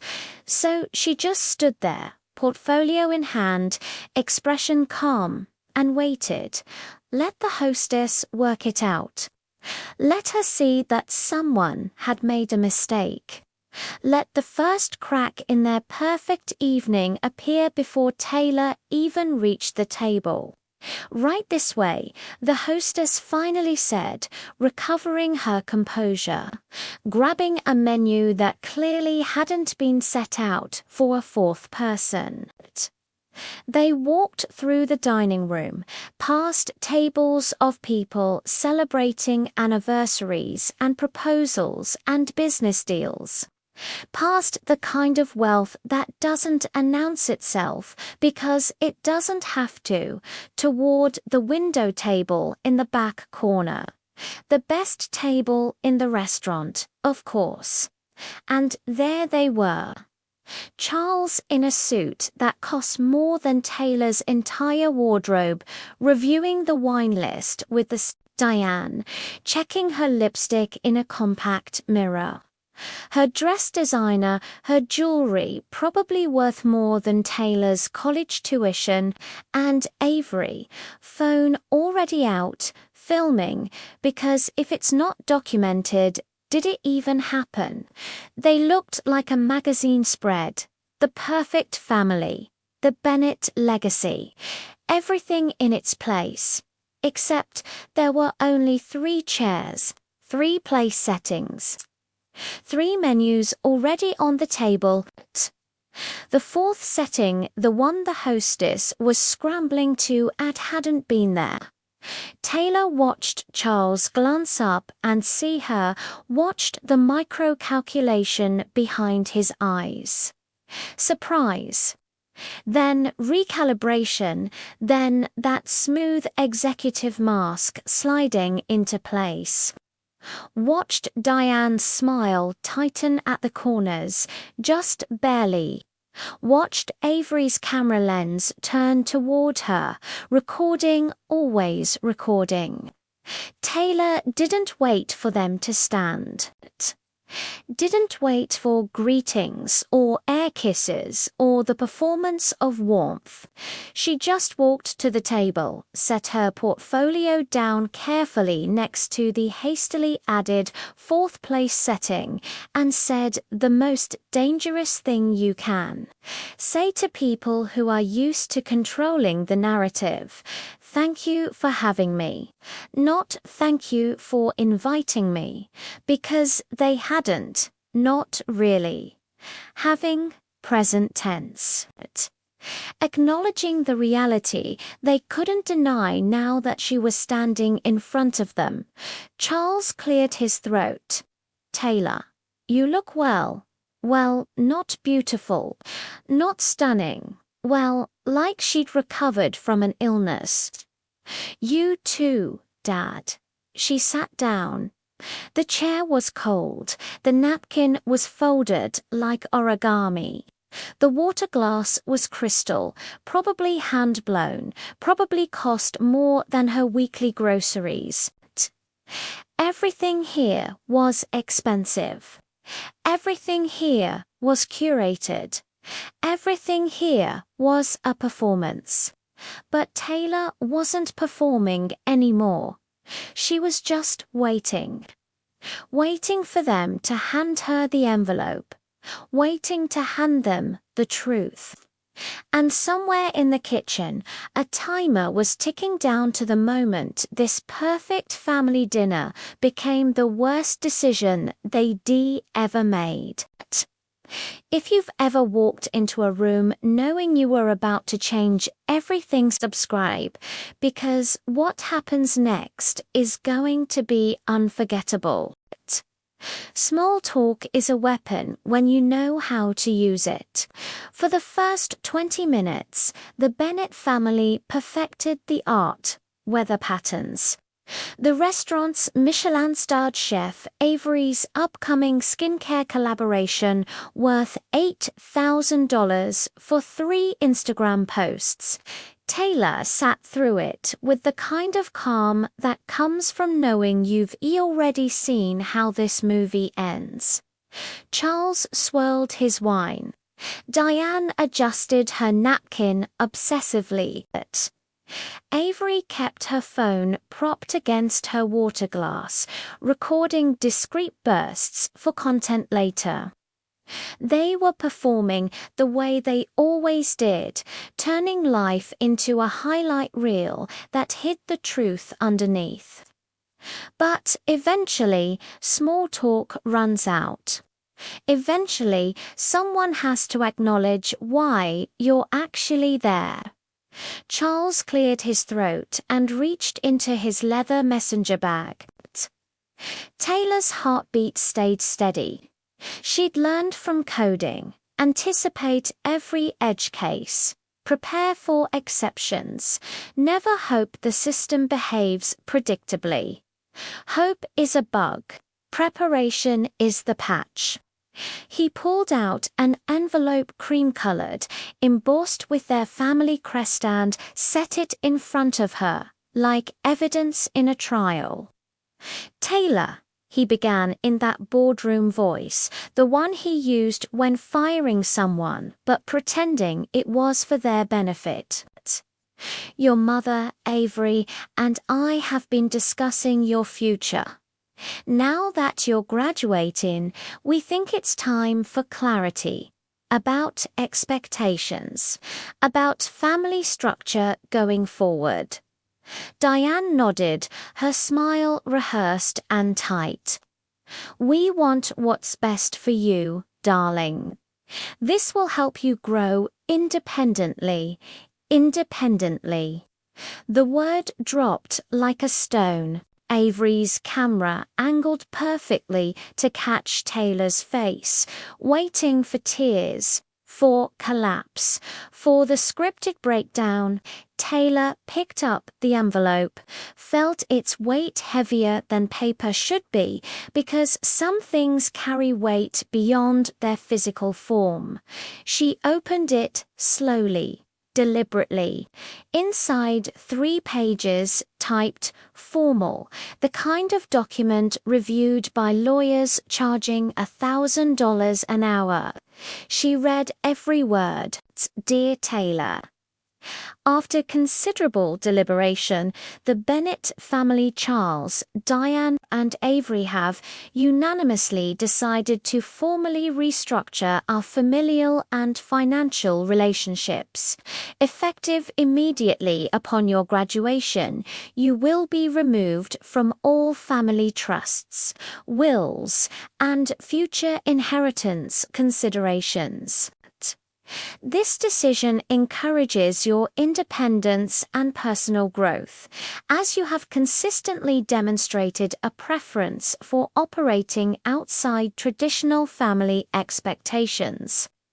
Please consider this letter a formal notice of disinheritance, legally binding and notarized as of November 15th.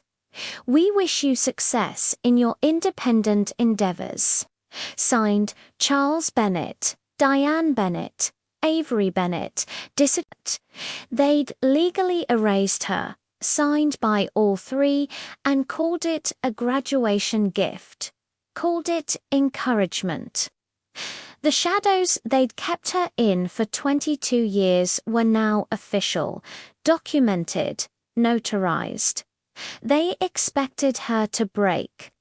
Expected begging, expected proof she was exactly as weak as they'd always believed.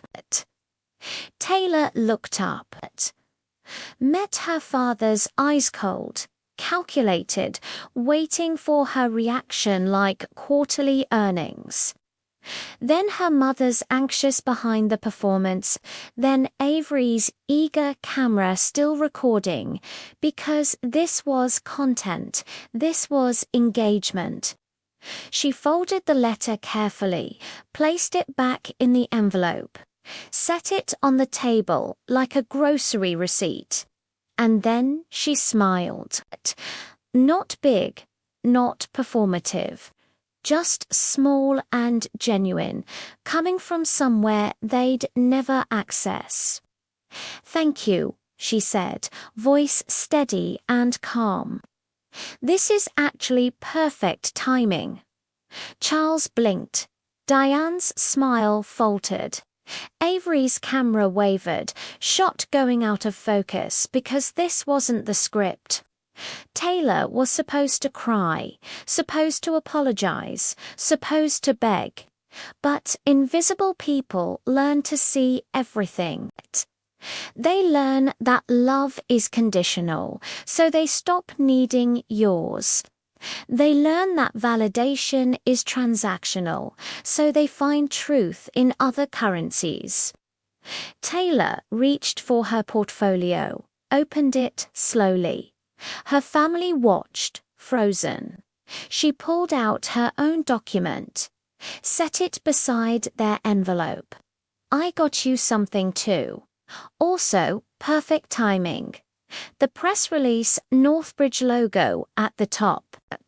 Headline in bold: Northbridge Logistics acquires innovative route optimization platform Routeflow for $6.2 million.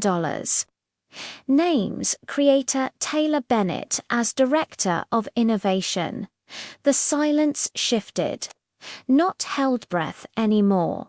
Reality recalibrating, Charles picked up the press release. Read it again. His jaw tightened. Diane's eyes went wide, hand coming to her mouth. Avery's phone kept recording, but her face had gone pale. "You saw something?" Charles's voice had lost its smooth executive tone, now just confused. "You built something worth it couldn't finish." Taylor nodded. $6.2 million, split 3 ways with my partners, plus director-level position, salary benefits, equity. We presented at the National Engineering Symposium last week. Nathan Cole made the offer 2 days later. I signed Friday. She let that sink in, let them realize she'd accomplished something massive while they planned this dinner. This performance, this revenge, disguised as family restructuring. Diane found her voice first, smaller than usual. "Why didn't you tell us?" There it was. The question proving they'd learned nothing. Taylor looked at her. Mother really looked at her, maybe for the first time, without hoping for something that would never come. "I did tell you," she said quietly. "I told you about the scholarship, the project, everything that mattered. You just weren't listening." She pushed their envelope back toward them. "You can keep this. I don't need it. Your righty do operate outside traditional family expectations, because your expectations were that I'd never be worth noticing. I'm grateful for that now. It taught me I didn't need your approval to build something real." She stood, chair scraping softly, the string quartet still playing, other diners unaware that at this table an entire family dynamic had just imploded. "Congratulations on your collaboration, Avery. I hope it goes well." She looked at her mother. "You look beautiful tonight, Mum. You always do." Finally, her father. "Thanks for the business lessons, Dad. Turns out I was paying attention." She picked up her portfolio, left the press release on the table like evidence they couldn't refute, and walked toward the exit. Behind her, nothing. No calls to wait, no apologies, no questions, just silence. The heaviest silence she'd ever heard. Outside, the air was cold and sharp, smelling like rain and freedom. Her phone buzzed messages, notifications, a future they knew nothing about. The next chapter was hers alone to write. If you've ever walked away from people who expected you to stay broken, hit that subscribe button. Because what comes next? Pure freedom. Silence has texture. Most people don't realize that until they're sitting in it, drowning in it, feeling it press against their skin like humidity before a storm. The silence at the Bennett family table wasn't empty. It was full of realizations crashing into each other, full of narratives collapsing, full of the sound reality makes when it shatters and reforms into something unrecognizable. Charles stared at the press release like it was written in a language he'd never learned. His fingers traced the Northbridge logo, the $6.2 million figure, Taylor's name, with Director of Innovation underneath. He read it 3 times, 4, 5, as if repetition would change what it said. Diane had gone completely still, the kind of still that happens when your brain is working so hard to process information that it shuts down everything else, breathing, blinking, the performance she'd maintained for decades. Her hand was frozen halfway to her mouth, lipstick perfect lips parted slightly, eyes scanning the document over Charles's shoulder. Taylor watched her mother's face cycle through emotions like someone flipping channels. Confusion, disbelief, something that might have been pride if it weren't so tangled up with shock. Avery's phone had finally dropped to the table, camera still recording but forgotten. For once in her life, she didn't care about content.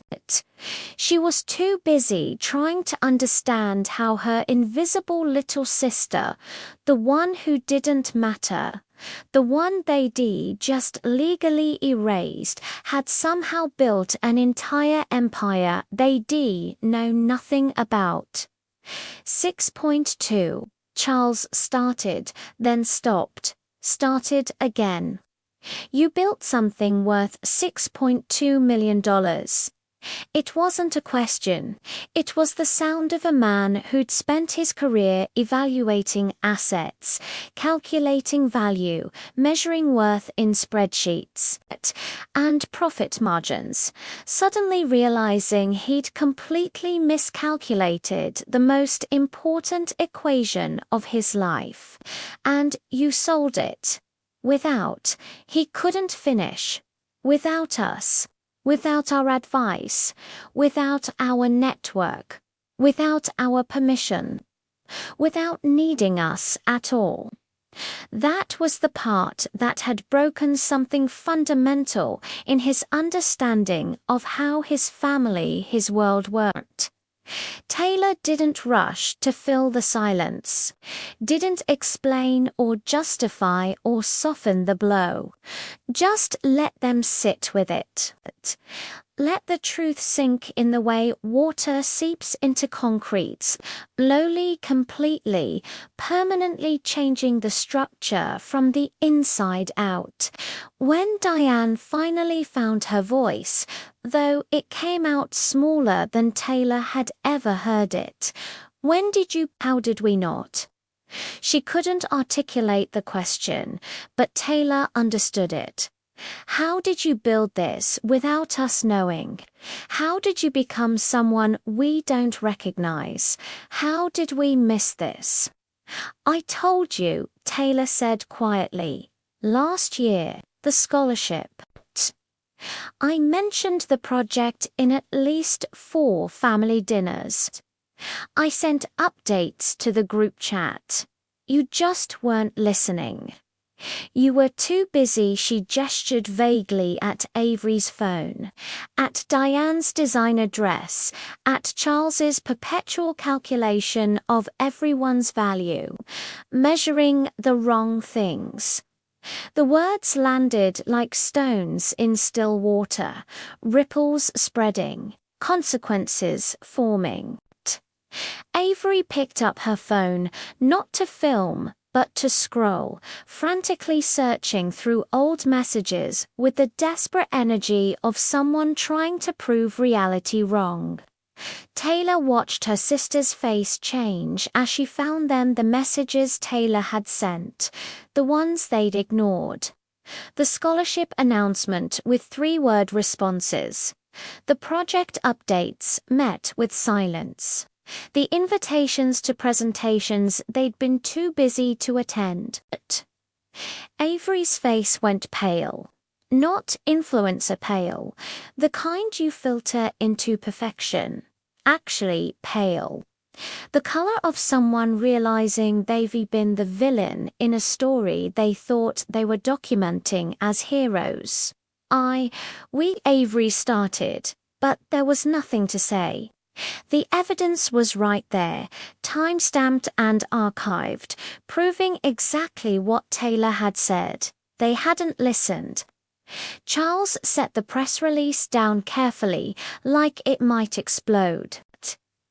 Taylor, if we'd known, you did know, Taylor interrupted, her voice still calm but carrying weight that made her father actually stop talking mid-sentence. That's the point. You knew I was working on something. You knew I'd won a national scholarship. You knew I was in one of the hardest engineering programs in the country while working 30 hours a week to pay for it. You knew all of it. You just didn't care because it wasn't impressive enough. It wasn't, she glanced at Avery's phone, photogenic enough. It didn't fit the family brand. She reached across the table and gently pushed their cream-colored envelope back toward them, the one with the family crest, the one containing her official erasure from their lives. You can keep this, she said. The envelope sat between them like evidence in a trial they hadn't realized they were losing. I don't need to be in your will. I don't need your trust fund. I don't need my name on your family tree or your holiday cards or your Instagram posts about our girls. She paused. Let that sink in. You wanted to cut me out because I didn't meet your expectations. That's fine. I've been cut out my whole life. You just made it official. But here's what you didn't count on. She tapped the press release. I was building my own life. One where worth isn't measured in appearances and affirmation docent come from people who only love conditionally. The shadows they'd kept her in had taught her to navigate darkness, had taught her that being overlooked meant she could build without interference, had taught her that invisibility, when used strategically, was the greatest advantage anyone could have. I already have my letter, she continued, her hand resting on the press release. This one. The one that says I'm worth $6.2 million, not because of who my parents are, but because of what I built. The one that says Director Bennett because I earned it, not inherited it. The one that LLB in the Wall Street Journal on Monday morning where everyone you know all, your colleagues, your country, club friends, everyone who thinks the Bennetts are such a perfect family will see exactly who I am and what I accomplished.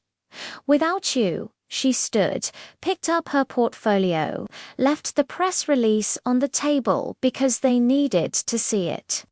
Needed to hold it, needed to understand that this wasn't something they could gaslight away or minimize or reframe in a family blog post. This was real. This was documented. This was the truth that would outlive every carefully curated Instagram story Avery had ever posted. You wanted me independent, Taylor said, adjusting her grandmother's watch, the only family heirloom she'd ever received, probably because they'd forgotten it existed. Congratulations, you got your wish. I'm the most independent Bennett you've ever created, and you'll never know if that's despite you or because of you, because I've stopped caring about the answer.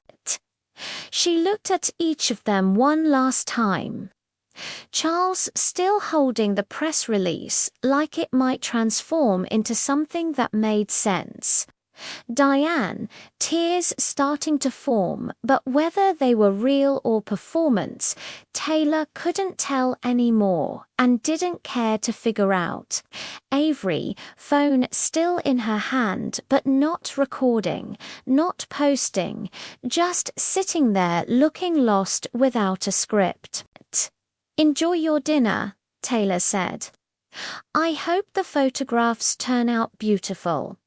And then she walked away, past tables of strangers celebrating moments that mattered, past the string quartet playing something that sounded like an ending, past the hostess who smiled and said, "Have a good evening," without knowing Taylor already was.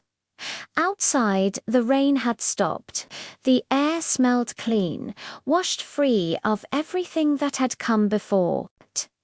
If you've ever had to prove your worth to people who should have seen it all along, drop a comment.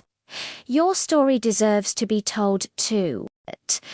There's a specific kind of power in knowing when to stop talking. Most people never learn it. They fill every silence with explanations, justifications, apologies for taking up space. But Taylor had learned years ago in coffee-stained aprons at 2 a.m., in library corners where no one saw her in family dinners, where her words disappeared into air like never been spoken. She learned that sometimes silence says everything words can. So she didn't say goodbye. Didn't offer closure or comfort or one last chance for them to apologize. She just turned and walked, her heels clicking against Maison Lumiere's marble floors, each step taking her further from people who'd spent 22 years making her feel small. Behind her, the restaurant continued its symphony of wealth and privilege. The string quartet played something soft and melancholic, Vivaldi, maybe, or Pockelbell, one of those classical pieces designed to make expensive food taste like culture. Crystal glasses clinked, silverware scraped against porcelain. Conversations hummed at the frequency of people who never worried about tuition or rent or whether they could afford to eat after paying bills. Life went on, indifferent to the fact that at table 17, a family was drowning in the shadows of their own making. Taylor caught glimpses of them in the reflection of the restaurant's floor-to-ceiling windows as she passed. Charles still holding the press release, his executive composure finally cracking into something that looked almost human. Diane with her hand over her mouth, tears starting to fall, real ones, this time, not performed, because the script had been torn up and she didn't know how to improvise. Avery staring at her phone, scrolling through years of ignored messages, evidence of her own complicity in making someone invisible. They looked smaller somehow, not physically, but existentially, like watching a building you'd always thought was towering suddenly reveal itself to be cardboard and paint. The Bennett family, so perfect in photographs, so curated in social media posts, so impressive at dinner parties, was just three people who demeasured love in metrics that meant nothing and lost someone real in the process. Taylor didn't feel satisfaction, didn't feel revenge, not the hot, bitter kind that people chase thinking it'll heal something. She felt something quieter, something that tasted like truth. The understanding that you can lose what you never really had. They hadn't lost a daughter tonight. They'd just finally noticed the space where one should have been. The hostess glanced up as Taylor approached, professional smile ready. "I hope everything was," she started, but something in Taylor's expression made her stop. Maybe it was the calm. Maybe it was the way Taylor moved, like someone who just set down weight she'd been carrying for decades. "Have a good evening," the hostess finished instead, and Taylor nodded once, pushed through the heavy glass doors, and stepped into the night.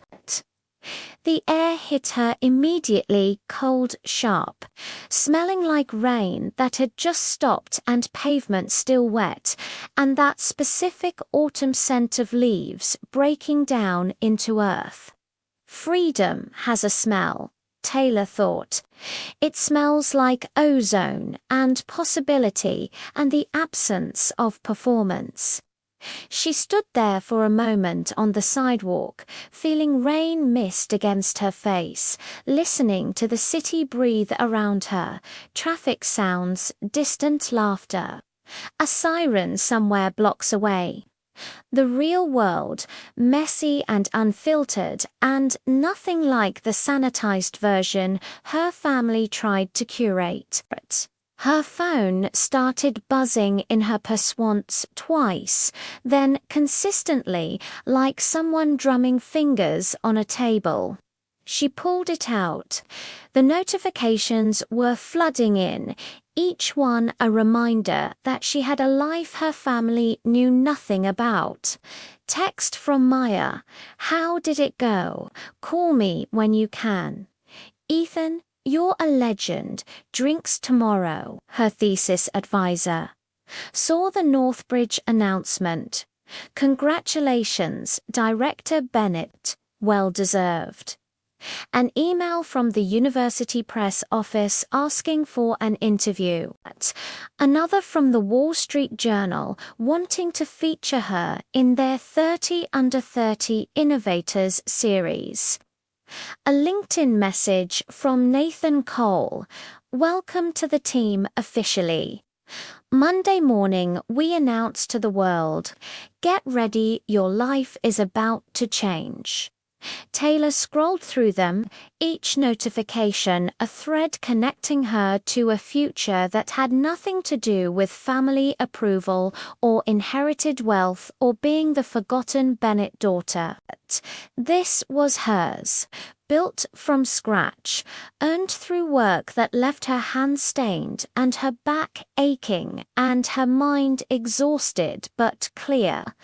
Built in the spaces they'd left her, the margins, The shadows, the overlooked corners where real things grow when no one's watching. She opened her messages and typed to Maya and Ethan.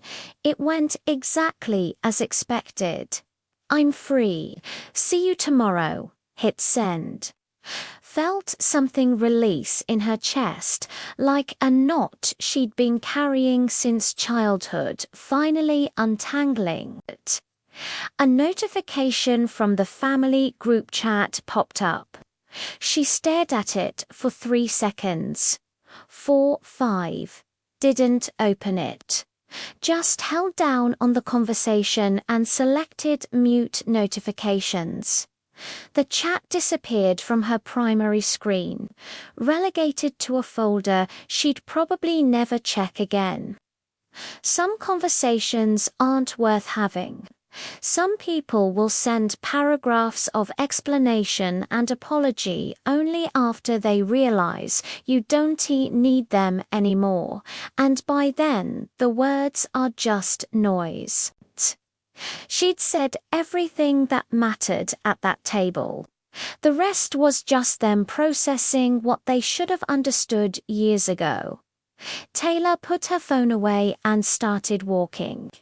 Not to her car she'd parked a few blocks away, and wasn't ready to sit in enclosed space yet.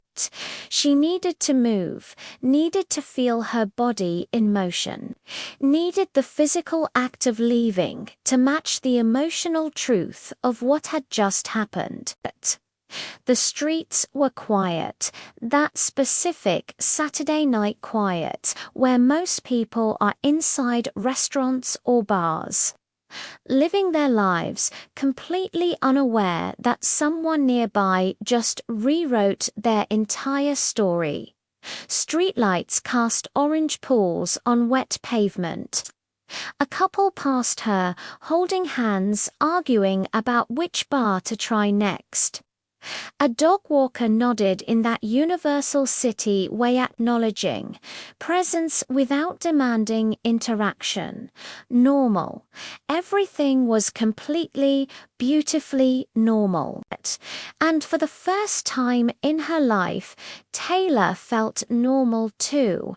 Not the Bennett daughter, not the invisible one, not the disappointment. Just Taylor. Engineer, director, person who built something real and didn't need anyone's permission to be proud of it. She thought about the envelope still sitting on that table at Maison Lumiere, the one with the family crest and the legal termination of her place in their world. 24 hours ago, it would have destroyed her. 12 hours ago, it would have hurt. But now it was just paper. Just ink arranged in patterns that no longer had power because she'd stopped giving it meaning. They'd tried to erase her and accidentally freed her instead. That's the thing about cutting people out. To better make sure they need you more than you need them. And the Bennetts had miscalculated badly. Her phone buzzed again. She glanced at it. A news alert. Northbridge Logistics announces major acquisition of revolutionary route optimization platform. The story was already breaking. Monday morning, her face would be in the Wall Street Journal. Her name would be in industry publications. Her success would be public, documented, impossible to diminish or ignore, and somewhere in a fancy restaurant with white tablecloths and crystal glasses, her family was sitting with that truth sinking in, realizing that the person they'd dismissed had become someone they'd have to explain. "Oh, Taylor, yes, she's our daughter. The one we legally disowned last week. The one who just sold her company for $6.2 million. That Taylor. She almost laughed, started walking back to her car. Tomorrow, she'd call Maya and Ethan and celebrate properly. Tomorrow, she'd start planning her first day at Northbridge. Tomorrow, the rest of her life would begin. But tonight, she just walked through the city, feeling rain mist on her face and freedom in her lungs, finally understanding that the best revenge isn't dramatic. It's building a life so complete that their absence doesn't even leave a hole. If this story moved you, hit that like button. Because sometimes the most powerful thing you can do is simply walk away and succeed anyway. Home has always been relative for Taylor. Not the childhood house with family photos that excluded her, not holiday tables where her chair felt temporary. Home was her studio apartment's mall, meticulously organized. Every object in its place because control over physical space was the only control she had for years. She unlocked the door at 9:47 p.m., stepped inside, and felt something she'd never felt walking into any Bennett property: complete, undiluted peace. The kind that comes not from having everything, but from finally releasing what was never yours to carry. She set her portfolio on the kitchen counter, pulled out the press release, the one that would change everything Monday morning, set it aside, then reached for their envelope, the cream-colored one with the family crest. The formal disinheritance, signed by 3 people who spent 2 decades teaching her that love was something you earned through compliance, not something freely given. She held it for a moment, feeling its weight one last time, then walked to her bookshelf. The diploma she'd earned herself, paying every cent through coffee-stained shifts and sleepless nights, sat in a simple black frame. She opened the back, carefully placed their letter behind the diploma, and closed it again. Not as a wound, as evidence. As proof that she'd survived people who tried to erase her and built something they couldn't diminish. Because here's the truth they'd never understand. Documentation isn't about dwelling. It's about remembering accurately when people try to rewrite history. When they say, "We always supported you," or "You being too sensitive," or "That's not how it happened," you pull out the evidence and let reality speak. Taylor wasn't keeping their letter because it hurt.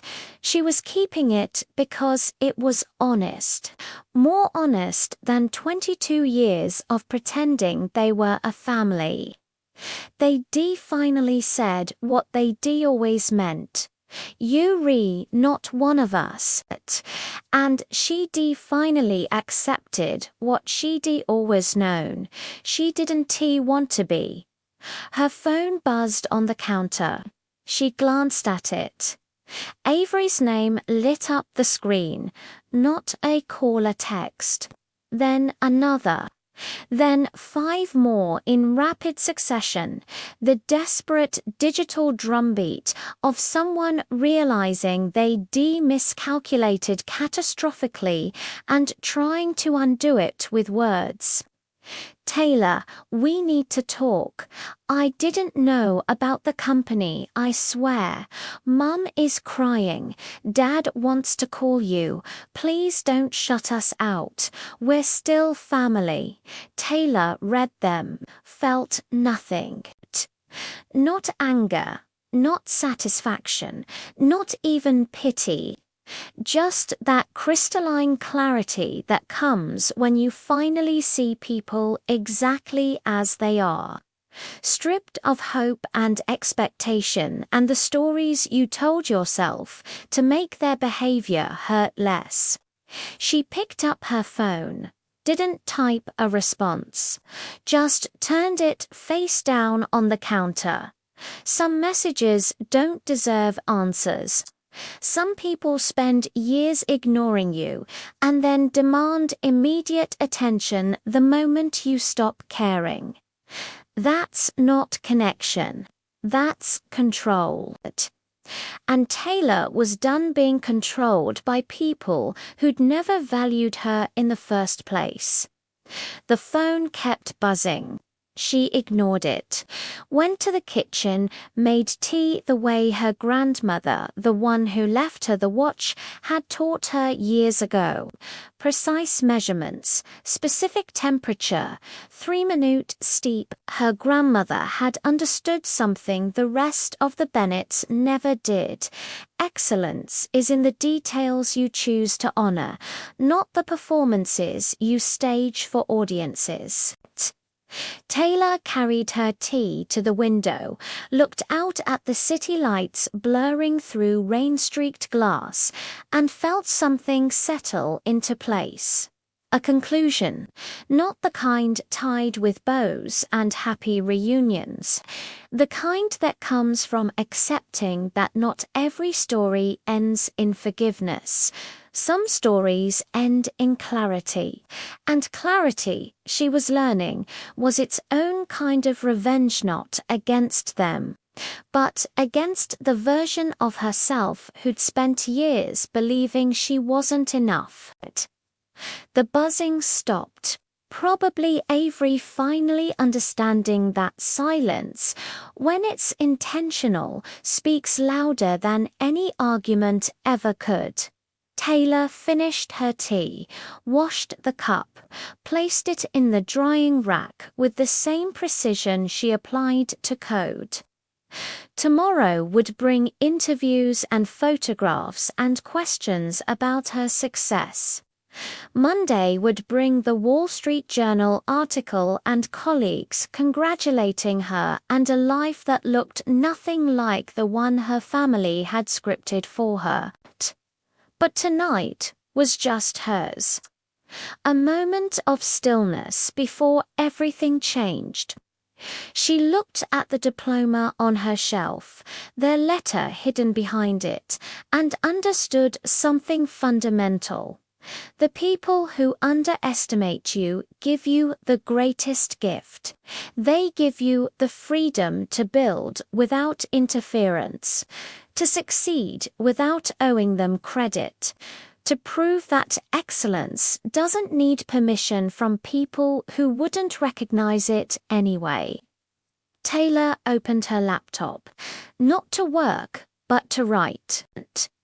She'd been invisible for so long that speaking felt foreign, but some truths deserve to be said, even if only to yourself.